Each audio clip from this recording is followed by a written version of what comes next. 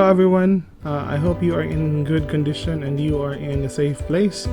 So in this vlog, I am going to discuss the part 1 of the methodology diagrams in your capstone manuscript. So specifically, we will have system users, block diagram, HIPO chart, and use case diagrams. So please watch the video seriously and be attentive on the details, even the minute details, because that is really important in plotting all the system functionalities and even the features that you want to implement. So without further ado, let's start the discussion. So let us start.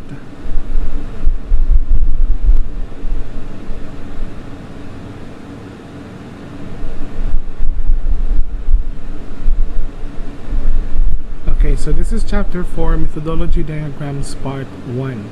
So we will begin with how to plot your system users in the system users diagram, then followed by block diagram, HIPO chart, and the last would be the use case diagrams.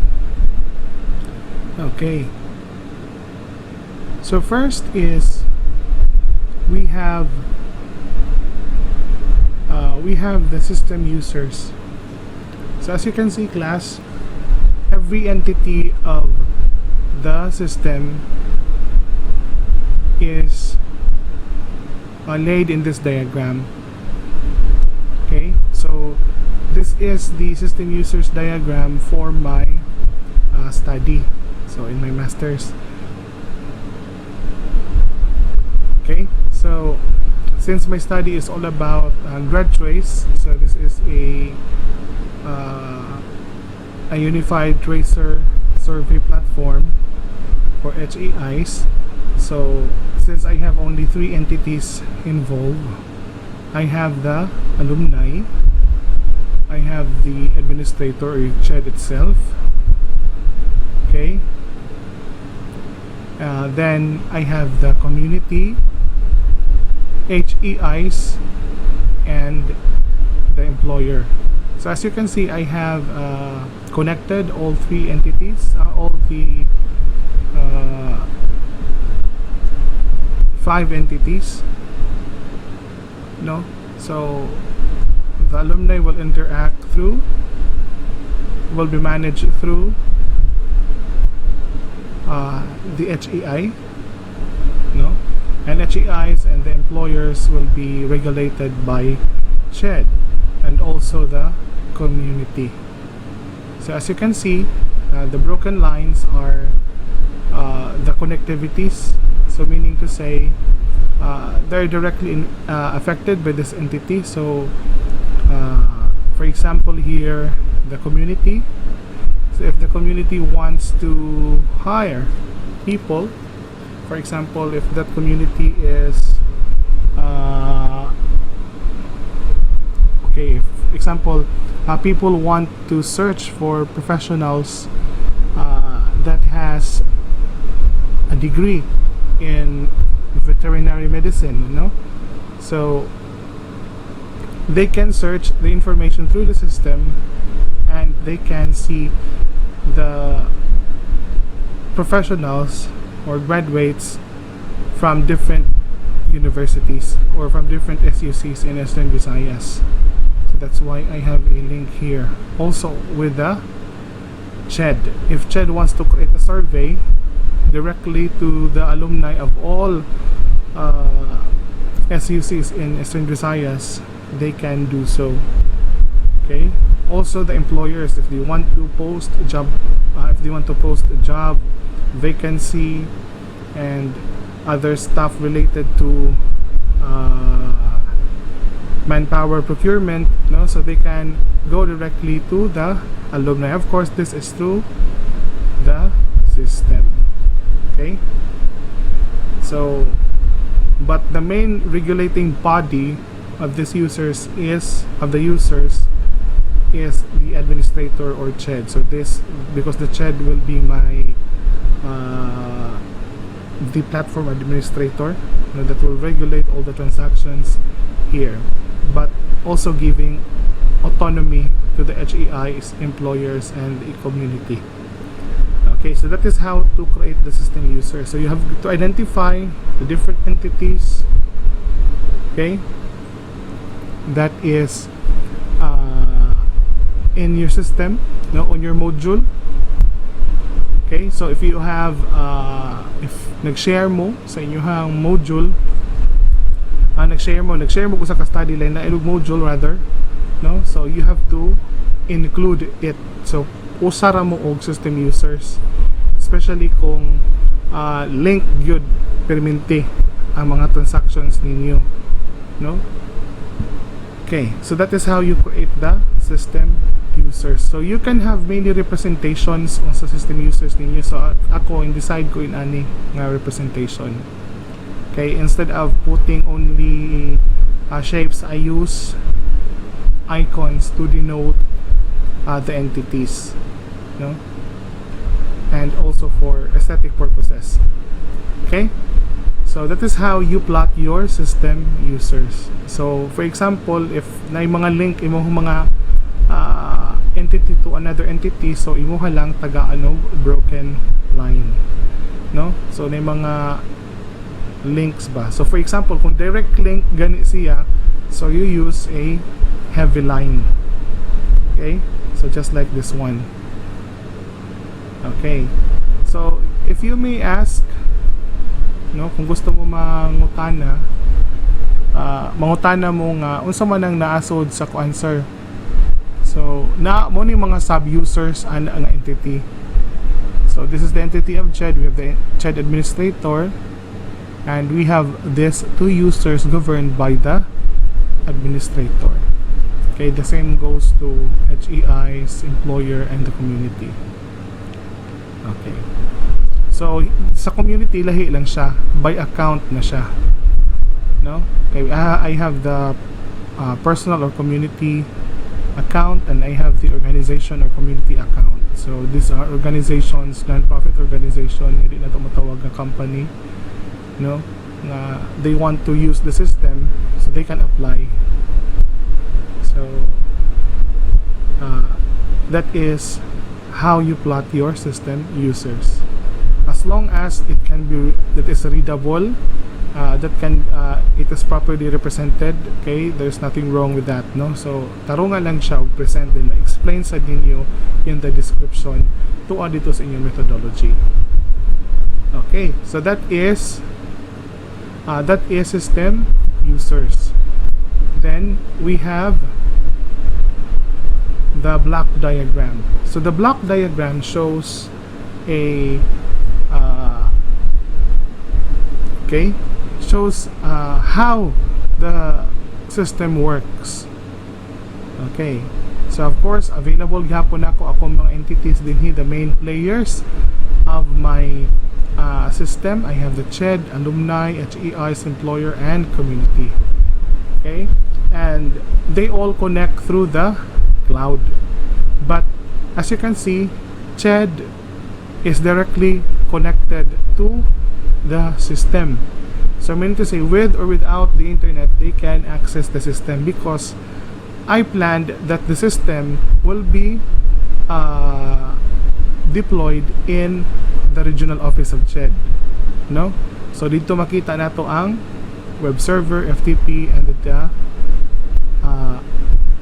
database server, and this hardware or these servers work as the working horses of the GradTrace engine or the platform itself. Okay, so as you can see, i-exhibit na dinhi ang mga modules, ang 5 ka module, then hasta pod ang mga outputs sa imuhang system, kani entire output na ni sa system. Okay, so simple representations lang siya, then i-explain sa din ninyo ngadto sa inyong manuscript. Okay, so I just put the symbol cloud to to give more emphasis on the internet side.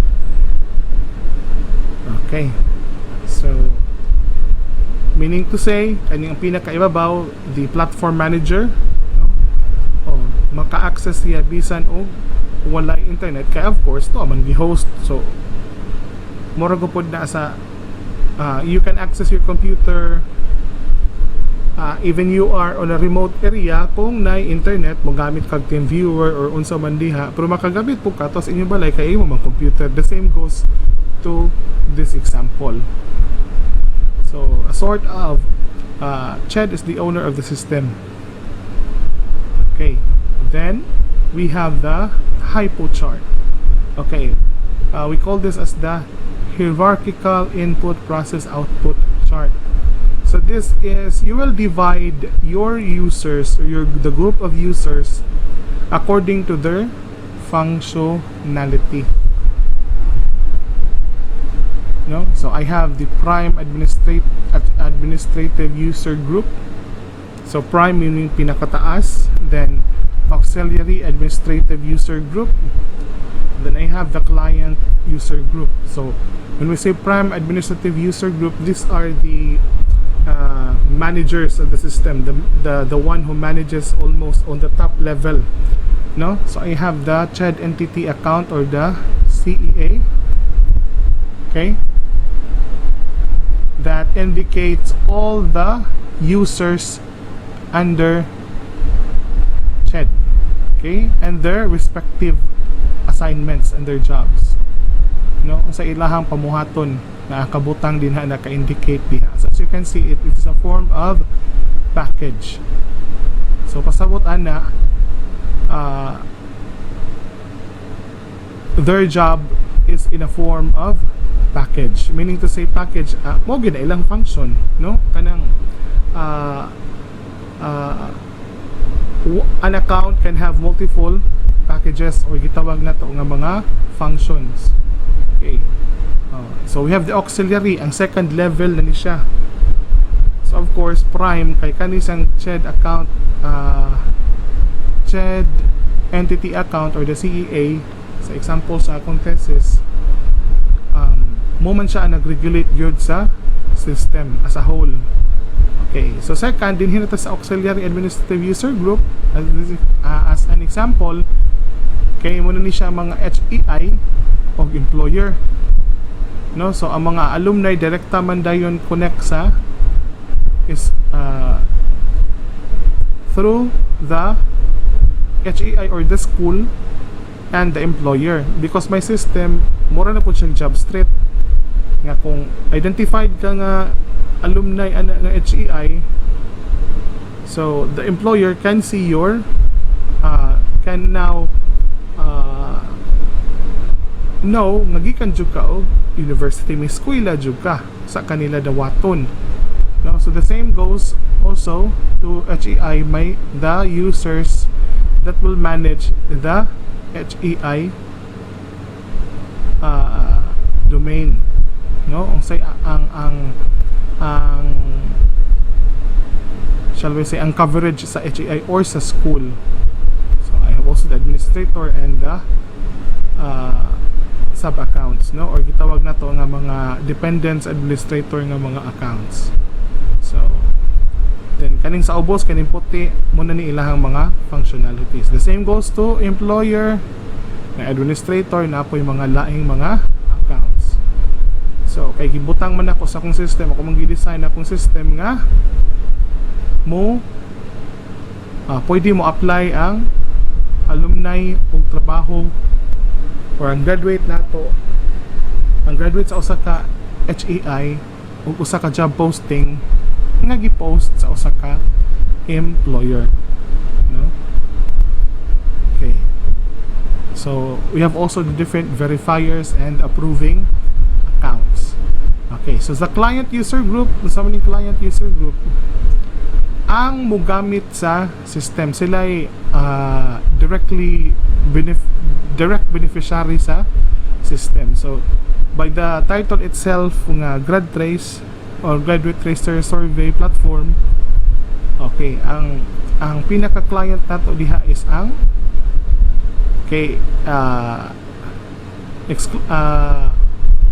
is ang alumni, no? So muna siya gitawag kong client user group kasi sila may padadaan og survey.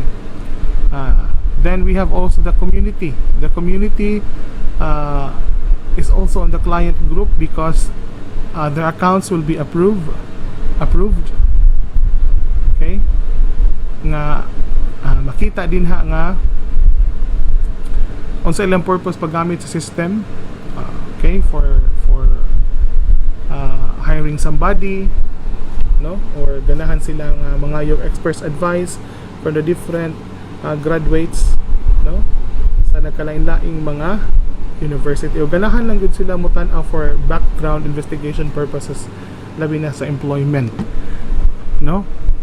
Okay, then followed by okay, so that is how HIPO chart is created, no? So you're going to identify, okay, or group your users according to their level of access, okay, and the functionalities they want, they are tasked to do so, or the assignment na ilang buhaton. Okay, so let's proceed to use case diagram. Okay, so gari na ta sa use case diagram. Okay, so what is use case diagram? So the purpose of a use case diagram in UML stands for Unified Modeling Language, is to demonstrate different ways to a user might interact with the system. So ang purpose ko nun sa use case diagram, no, this is a unified modeling language to demonstrate different ways how to interact, kung saan pag-interact pag let us say pag gamit sa user paingon sa imuhang system, no. So user can be in a form of a machine, it can be a human, it can be an entity, no, or an organization, no, depende na unsa ang representation niya. Okay, so let's go to the details pa. Okay, so what is a use case diagram? So in the unified modeling language, a use case diagram can summarize the details of system users, also known as actors. So kana di ang mga users imong system in the use case diagram, they are represented through or by actors and their interactions within the system. To build one, okay, you'll use a set of specialized symbols and connectors. Okay, so actually dili ni siya libog ang use case, simple gid ni siya. Ang problema lang og wala ka kasabot sa transaction, no, sa himuan nimo og use case. Okay, so we have here, okay, sorry about that. So when to apply use case diagram? So aside from it is required in our manuscript, so kanus amay gyud ni siya gamiton ang use case diagram. So use case diagram doesn't go into a lot of detail. That's true. So for kay nga naman, a use case diagram will just give you a preview of how does that user interacts with the system, or how does that hardware interact with other hardware. Okay, so for example, don't expect it to model the order in which steps are performed. Instead, a proper use case diagram depicts high-level overview. High-level overview, it's just a bird's eye view, a preview of the relationships between use cases, actors, and the system. So kuan lang gid siya, representation, simple representation lang siya, no, nga makita nato unsay interaction sa system. Experts recommend that use case diagrams be used to supplement a more descriptive textual use case. So meaning to say, aid lang gyud ang use case to understand further or to represent further what is the interaction on that certain transaction, no. So dili gyud siya gitawag nato nga detailed representation. It's just a a way of representing things in a simple way. Kay kung butangan po ko na ito, daghan details ang diagram, for example, like the flow chart, musabot na kalibog. So kung dabi nagdaghan kaayo ang imuhang i-plot ng mga transaction. Okay. Then, okay. So UML is the modeling toolkit so that you can use to build your diagrams. Use cases are represented with a labeled oval shape. Stick figures represent actors in the process, and the actor's participation in the system is modeled with a line between the actor and use case to depict the system boundary. No? So,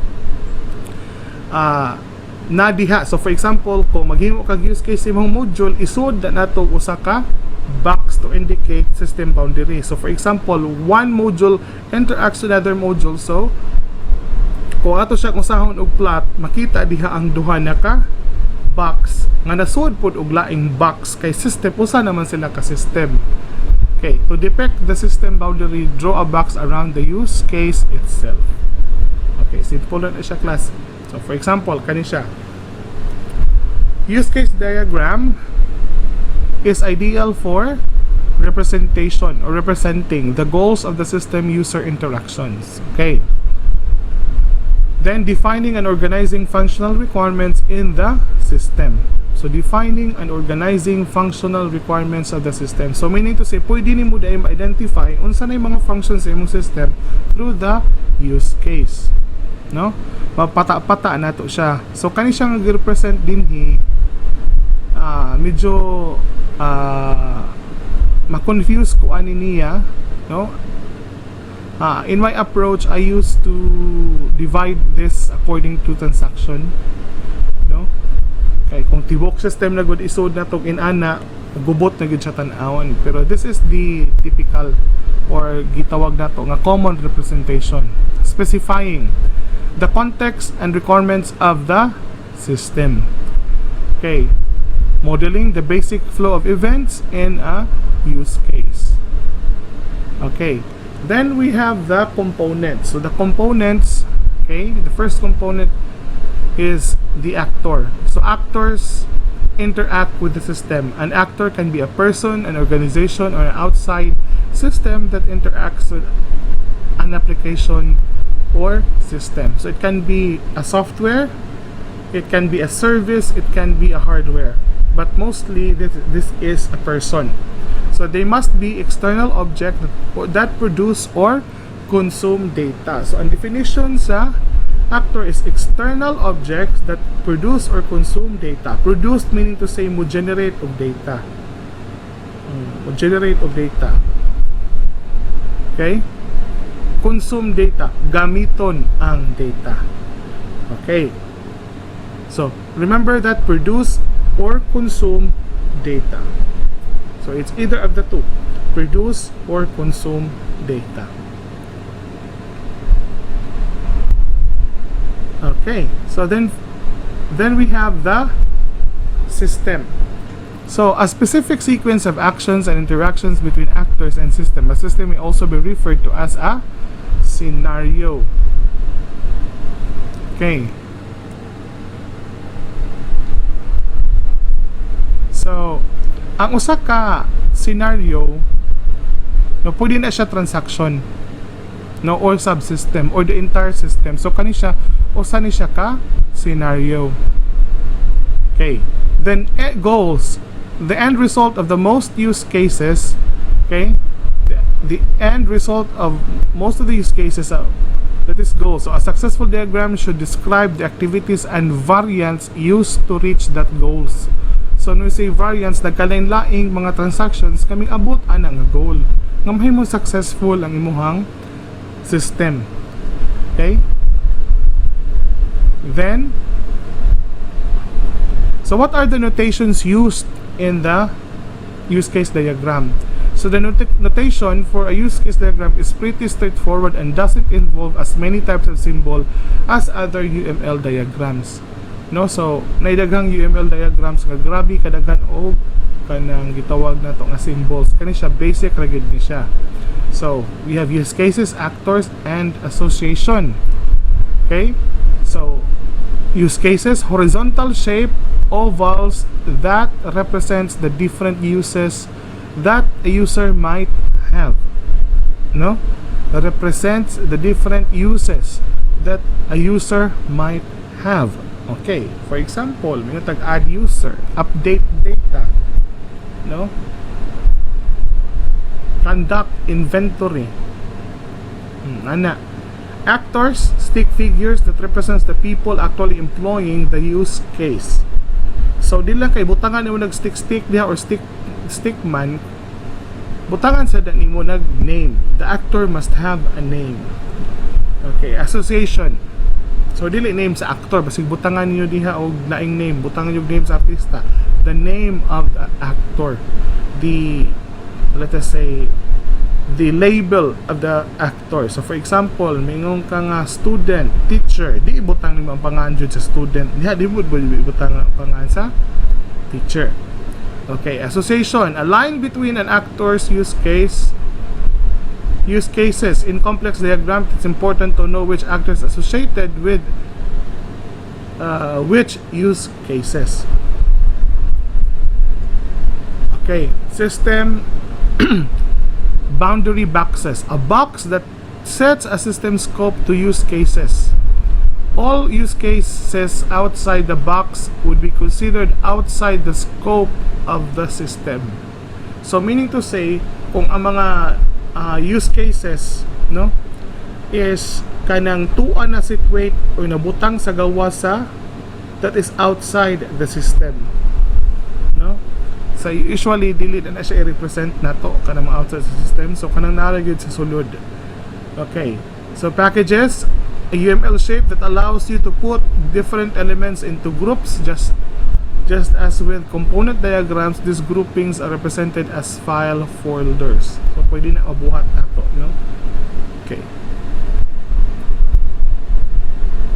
Okay, so here is an example of a use case in a book publishing, no? So muna ni siya ang system, book, publish a book story or ang transaction niya. So sa may mga use cases ani. So as a writer, you need to draft a story, no? Then once your story has been completed, you send that to your proofreader o gitawag na to imong mga editor. Okay, so that will be reviewed, no? Sa imong publisher, sa imong diyang publicist day, no? Then unsay reaction niya kung okay ba di siya, mabenta ba ni nga libro. Okay, that will be given to your editor. So review the story and suggest edits. Pwede ang imong editor mag-edit, pwede sa dang imong proofreader or imong publisher. Okay, then imong writer, as you as the writer, revise the story according to the let us say corrections made by the writer and the proofreader. Then your agent o mo din imong publicist, no, will sell your book, no. Then mo na to mag-conduct ng marketing o sa panadiha, i-plug sa TV, i-plug sa radio. Then package the story to the distributor. So i-package na nga to sa distributor. Kung so kinsa na imong gusto mo distribute sa imong libro. So for example, National Bookstore, no? And then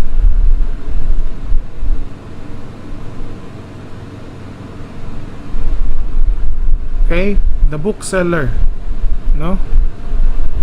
So usay gipang ko ani bookseller, deliver story to customers. So going back, for example, pareha ni national bookstore or sa pa ng mga bookstore, so sila mo oy from your distributor, sila yung mga to mo supply na sa mga libro ngadto sa mga bookstores ngadto sa ilang mga shelves. Okay, that is the book publishing example. So we have here also the railway reservation.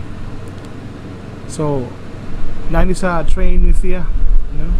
Mapareserve ka og service para makasakay ka sa train from one point to another.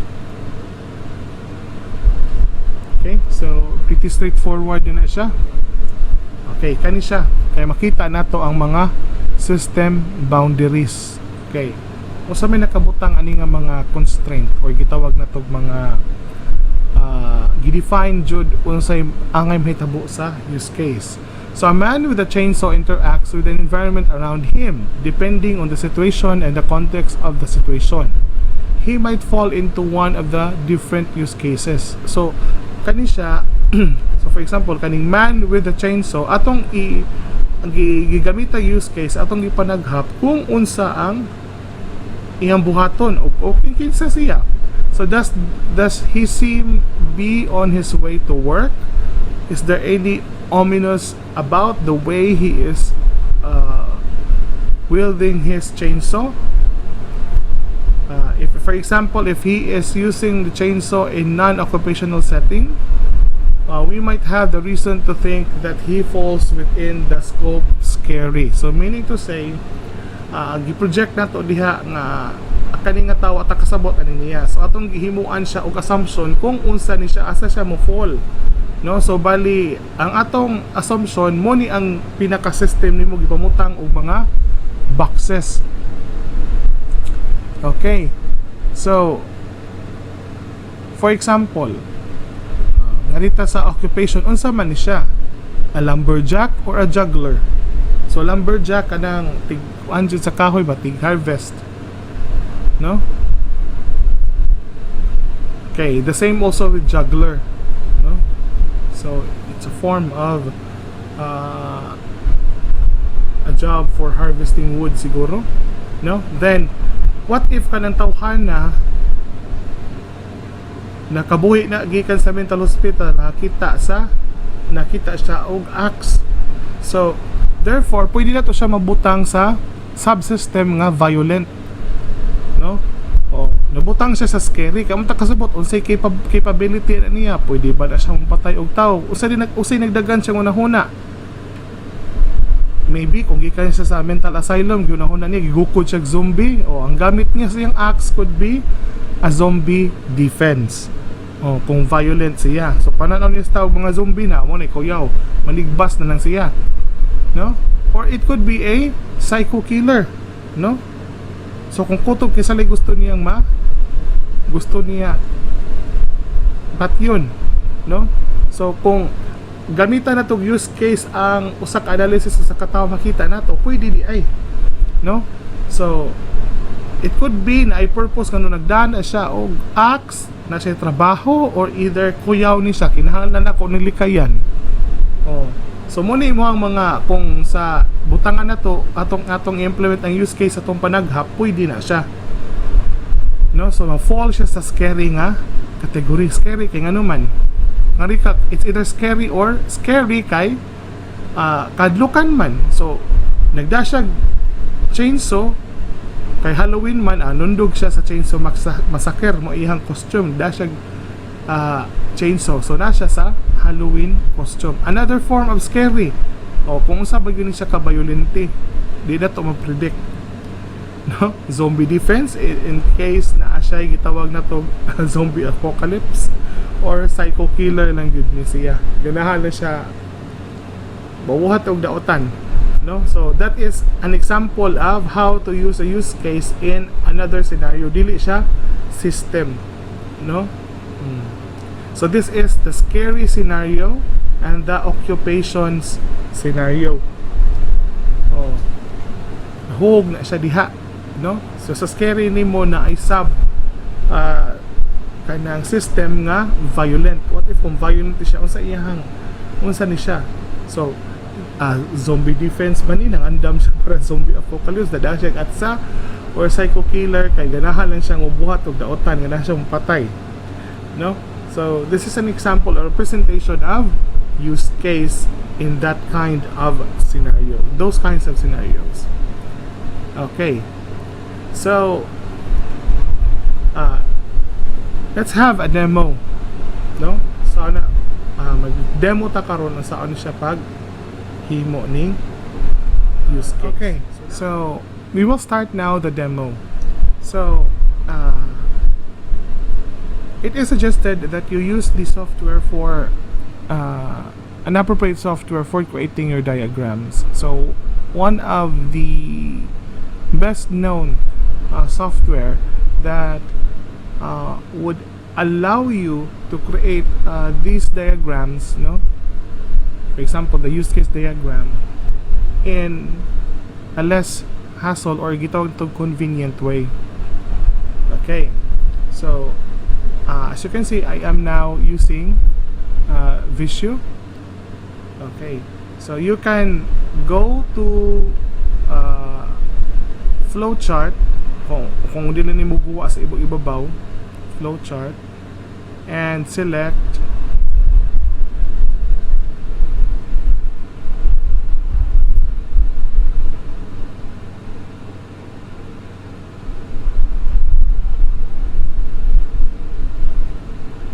okay, so let us start.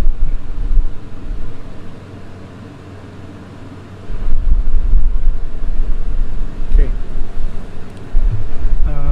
dili dito sa software and database kay mangguwa na dito kuan use case sa software nga database nga template or category mangguwa na ngadto ang mga templates. So for example, UML use case, so you double click on that.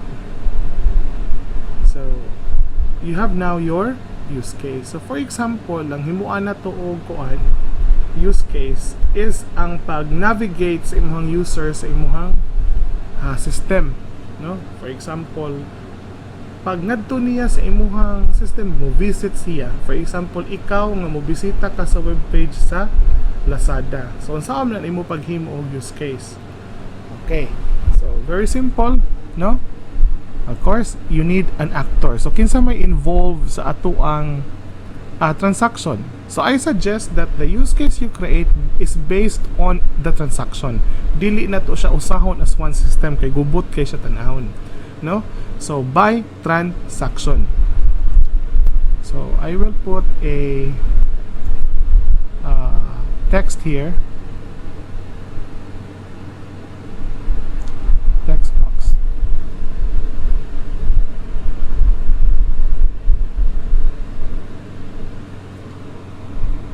Okay, pangalan na po siya use case diagram for navigating homepage.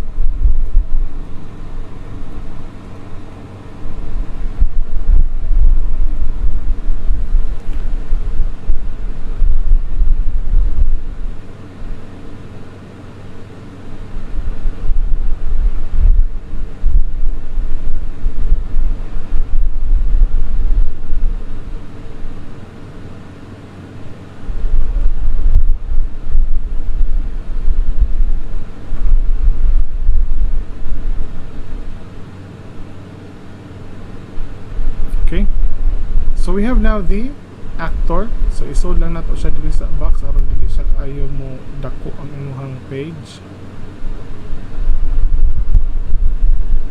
Okay, so we have now the actor. So sa uban representation kay stick, niwang nga stick. Okay, so ang atong ibutang diha is ang pinaka main nga use case nato. Unsa may pinaka main nato nga use case? Of course, ang pagnadto niya sa imuhang homepage. So it must be a verb. Verb siya, action word. No, dili past tense, no? So in present form. Okay. So we have the oval shape here. So sa maibutang nato diha. So the main use case will be placed at will be the main highlight. Okay. So for example, navigate home page. Okay, that is it. Navigate home page. Okay, then we have the association. Atong i-link ang imuhang. So dali ra sa visyo kay automatic siya mo adapt dayon sa imong bira nga kuan.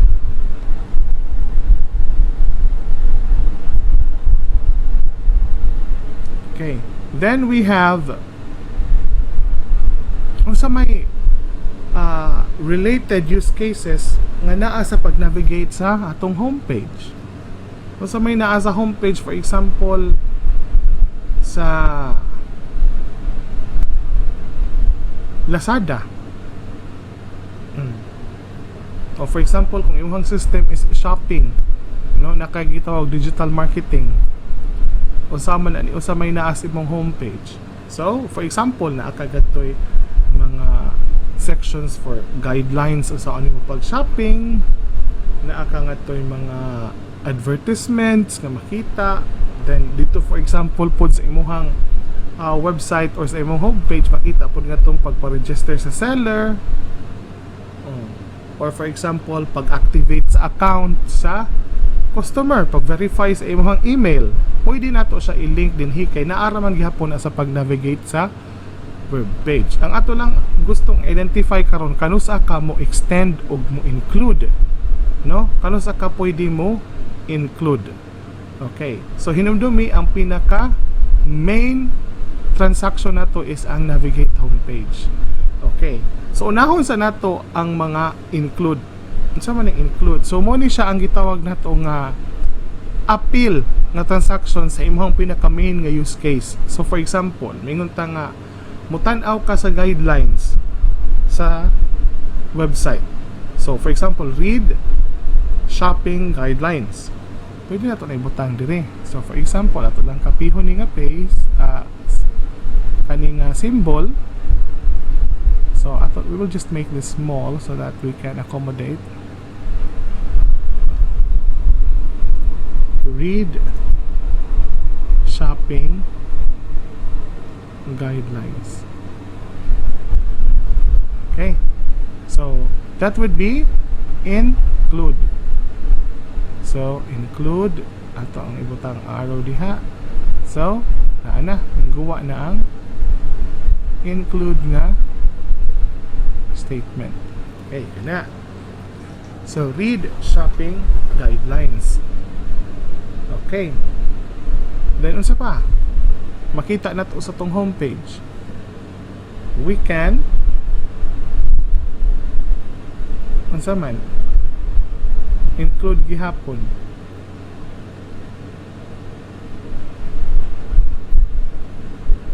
We can view the ads sa mga hottest products. So view ads of products. So kanang magdagandagan diha sa imong web page, no, nga makita nimo nga gi-sale na lang ang lotion for 25% off, 50% off. Okay? Okay? Then for example,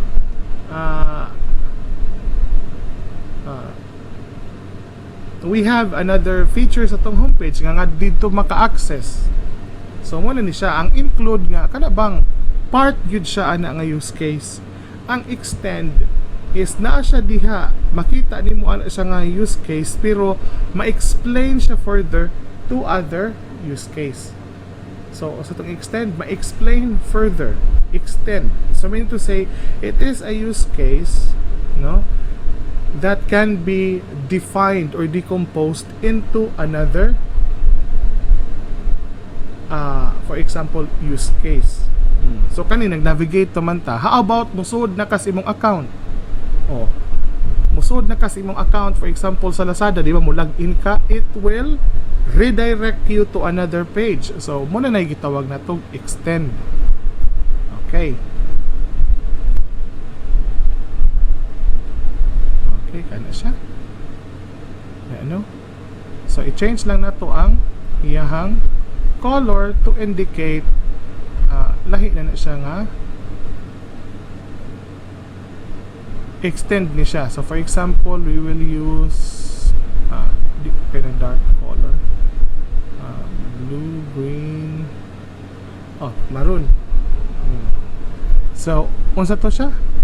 That is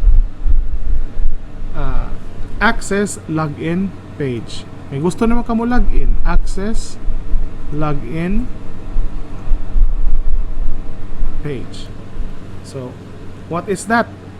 So makita siya sa homepage nga naa nga to'y link sa kanang login, so that it becomes include, pero mo navigate man siya. So somewhat part siya sa imong navigating sa homepage, makita siya sa imong homepage, pero it's a different transaction.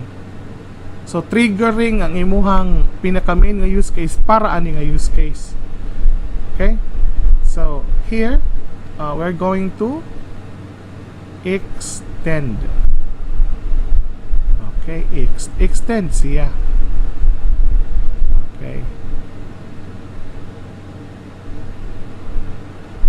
Papadak-an ang iyahang kuan.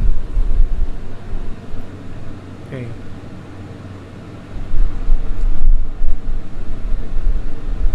Then what else? Sa paylain nga nasa atong homepage, pwede na to kuan. So for example, Lazada man ka ni.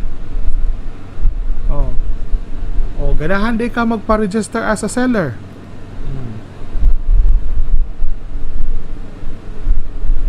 Okay? Ganahan ka pa-register as a seller.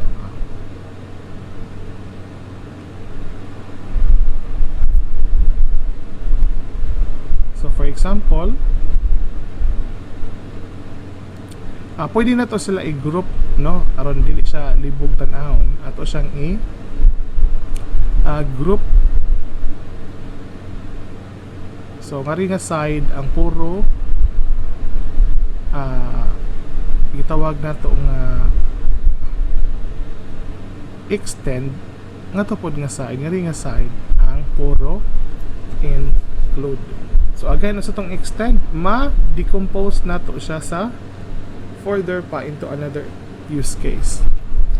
Bali bitag nga to nga extension, no?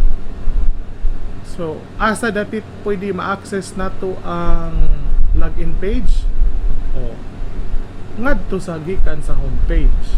Asa nimo ma-access nimo ang pagpa-register as a seller?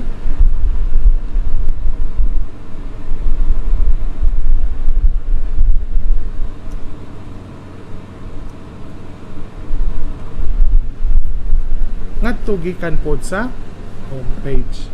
So in ana siya. So kung may lain na to mabuha ani nga use case,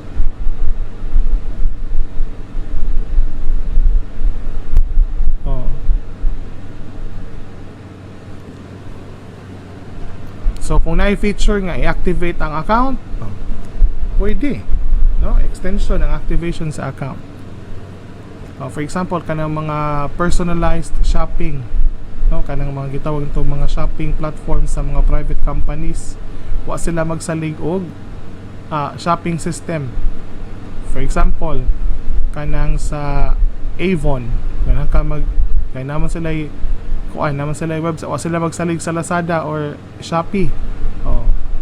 For example, pwede dito na activation sa account. So account activation. So let us generalize na lang na kaning account activation, it's either sa seller or sa customer. Okay. So kaning account activation mahimuan man niglaing use case. So kani sila dili naman ni. So part gyud sila sa imuhang navigate homepage. Okay. So if you want really detailed, you can include even how does the user manage to navigate in the homepage. So it can be put as a separate nga use case. So kanang use case nga di na pwede siya mabungkag, di na siya pwede ma-dissect or di na to siya ma-explode pa. So for example,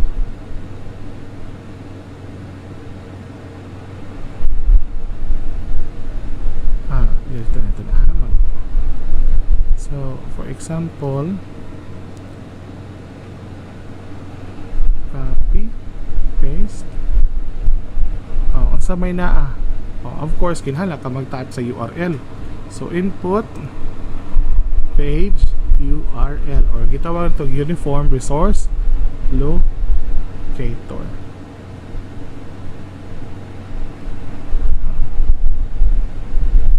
Okay.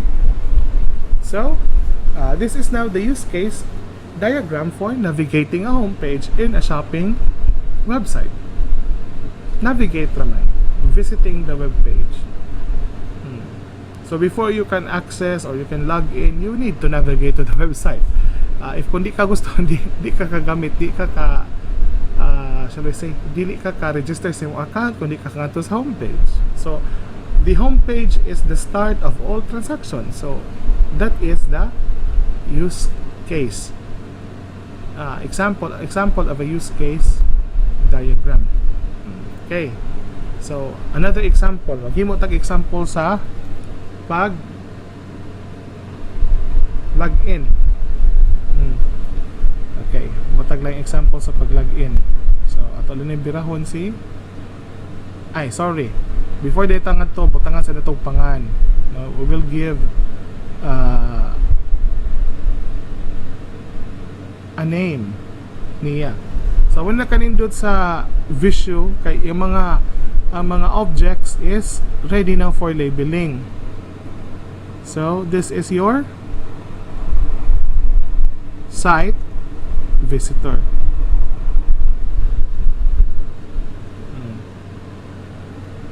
So si site visitor na mo. So site visitor can be isa man, daghan na sila. Pwede na imong customer, pwede na imong prospect na seller. No? Pero once ka makasud na siya sa customer na siya nimo. Pero once makasud na siya sa system as a seller na siya nimo. Pero dili pa na to siya taga-ag label ang tao nga mo visit sa imong site kung wala pa gid siya mo create og transaction. Nga ma-consider na to nga mo fall siya ana ang category, it's either a customer or a seller. So site visitor pa lang na siya. Okay? So kung mingon na gani ka consumer na gusto na ka mag-shopping adto, gusto na nimo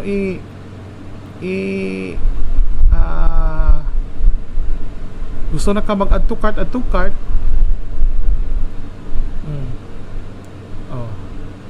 customer na ka. Okay.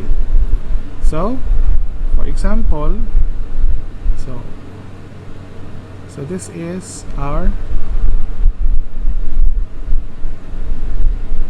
use case diagram for login. So as I have said, ang kadtong mga extend nga mga use cases kani sila, no? Imuhaning how do I say this? Imo siyang i-explode into another another use case. So for example, access login page. So himuan na to siya og use case. Mulag in na siya. Okay, so nanatay page 2. So use case diagram for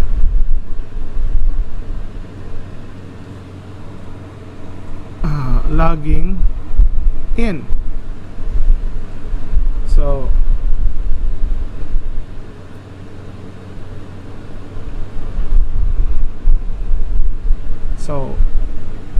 dili na ni siya site visitor kung dili ang user na ni, it's either the seller or a site user.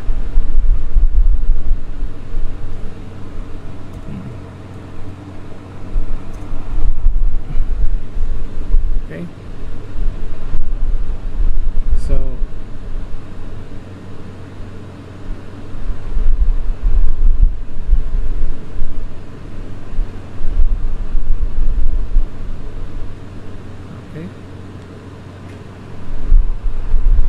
si user nila siya. So si site user. Okay, so sa to atong i-extend, so kaning access login page or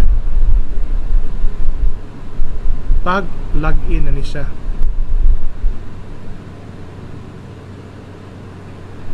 So we'll copy that one. So of course lahi na ni siya, main use case na ni siya, so default na color atong gamiton. Okay.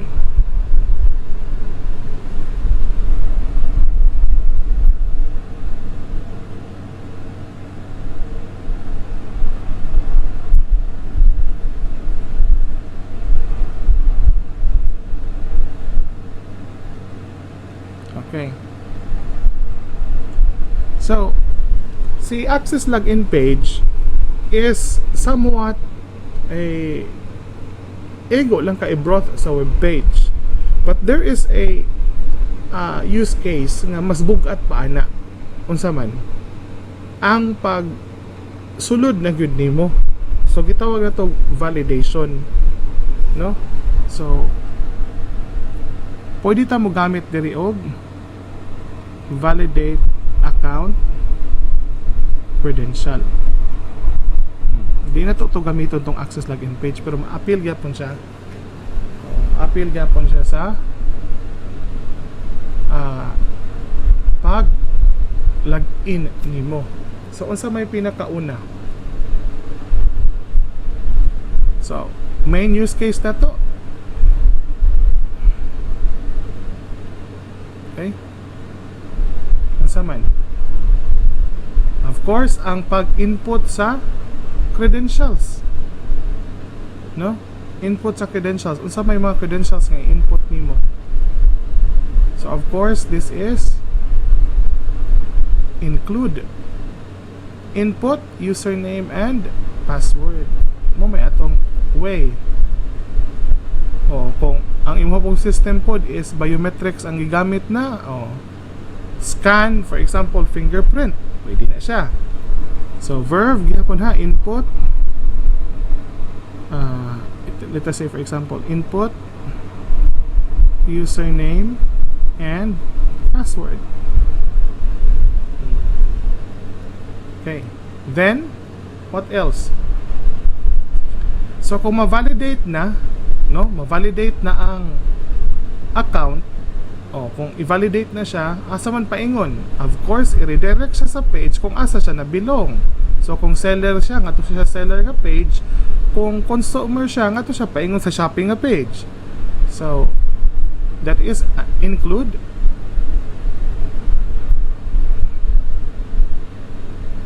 so sama ni siya redirect page. So regardless kung unsa siya nga klase nga account, so kung depende ang system naman ana, no?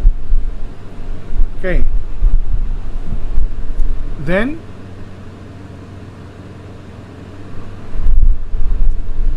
what else?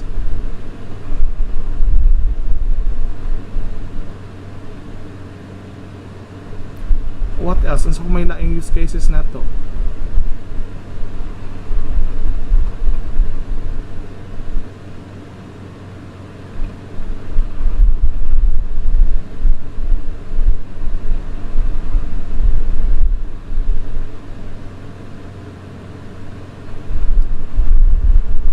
Okay?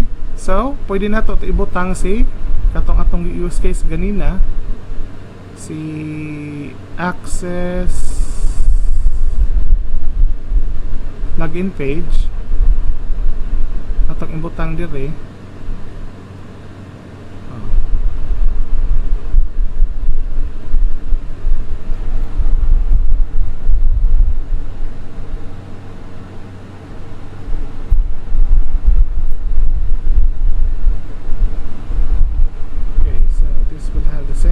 Attributes sa color. Okay, access login page, and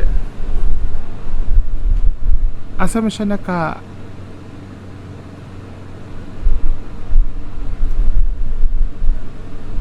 pwede na to malink. So pwede siya include sa atong pag-input sa username ug password. Kay access gani ka sa page, dito naman ka input sa username ug password. Kana. Okay. Okay, so that is how you validate your account credentials. No? So, pag-sold na sa system. Okay, what else? Unsa pa may naa? Pwede na to mabutang diri ng use case. Of course, once you are redirected to a page, your account or gitawag to user profile would be seen in the redirected page. No? So for example, mayroon tang seller account.aspx or .php, no? So for example, so redirect page, so that would be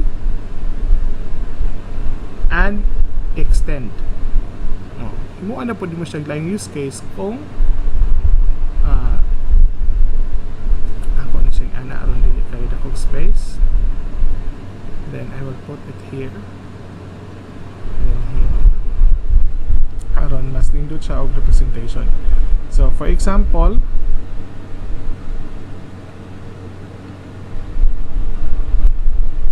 extend load user profile. So lahi na po na himuan na po ni siya lain nga use case. Okay, so we have now the use case diagram for di lang logging in, validating account credential. So validating account.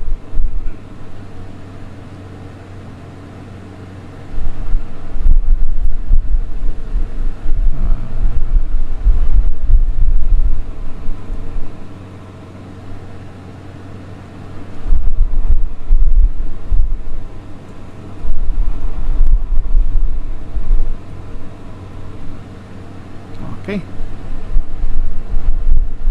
Okay. So use case diagram for validating login transaction. So para na siya sa tanang klase sa users. Okay. So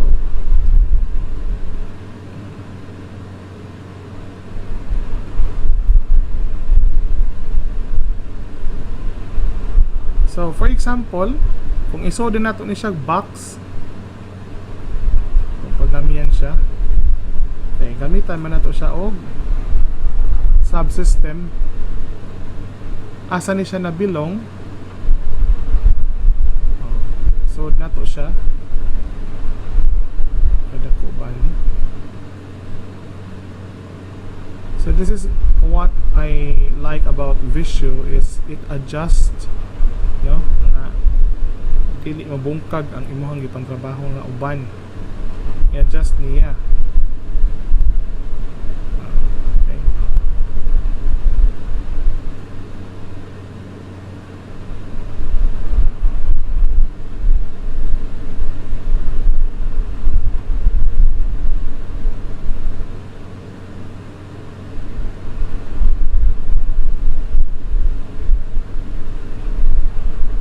So unsa man ni siya nga kanang subsystem, asa man nato ni siya mabilong, unsa may hikabutang asa man ni siya nga mabilong nga subsystem.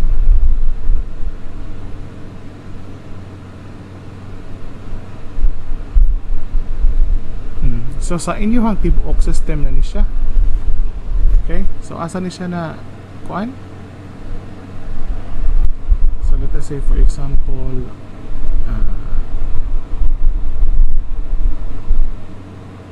so kinsay nag-handle ana ba?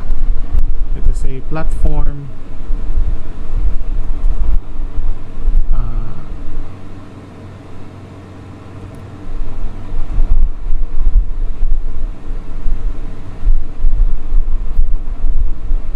what should be the proper term sa atong name diri?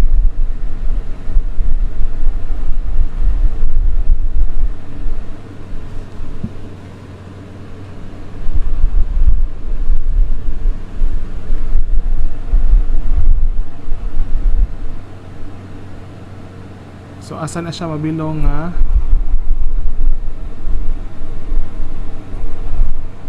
kasi for example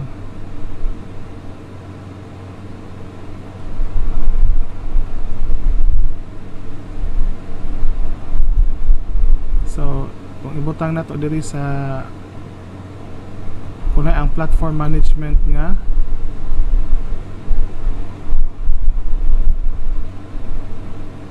module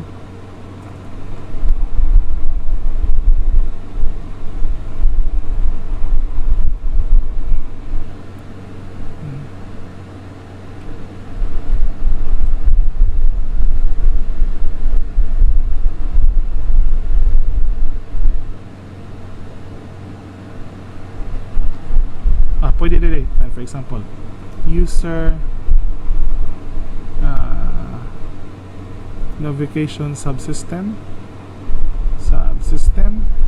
then natay laing kuan ang imuhang pinaka module ang sama niyong pinaka module send to back lang nato na siya send to back.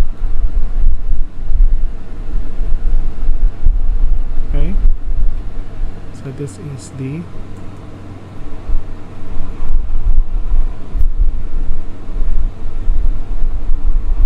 so kinsa nag-angkon ana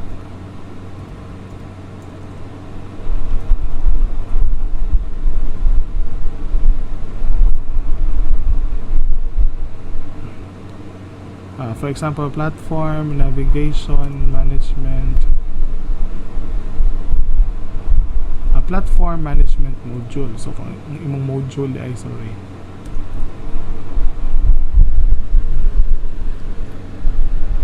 so maklaro na to siya. So under siya sa platform management module, then under siya sa user navigation subsystem. So the same goes to page 2. So unsa man ni siya? What is this?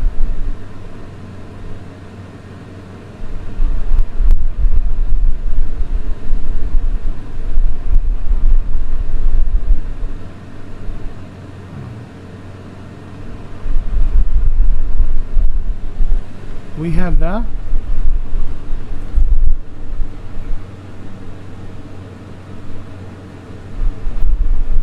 saan ni siya?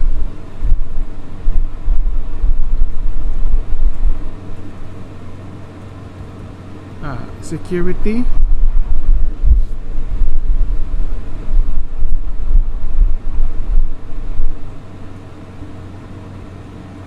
system security subsystem,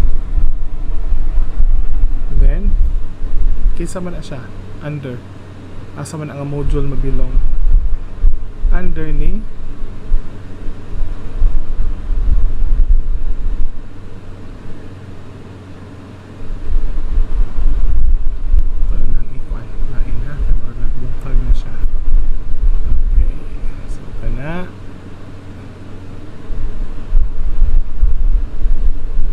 just put this to the sidebar.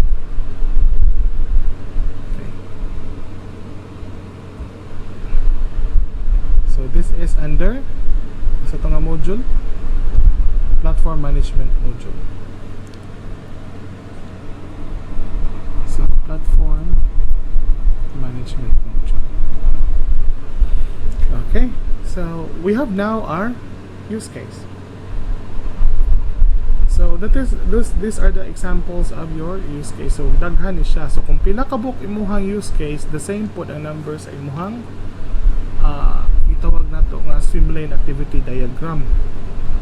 No? Okay. Synonymous naman ni sila, pero ang swim lane detailed din gito siya. Okay?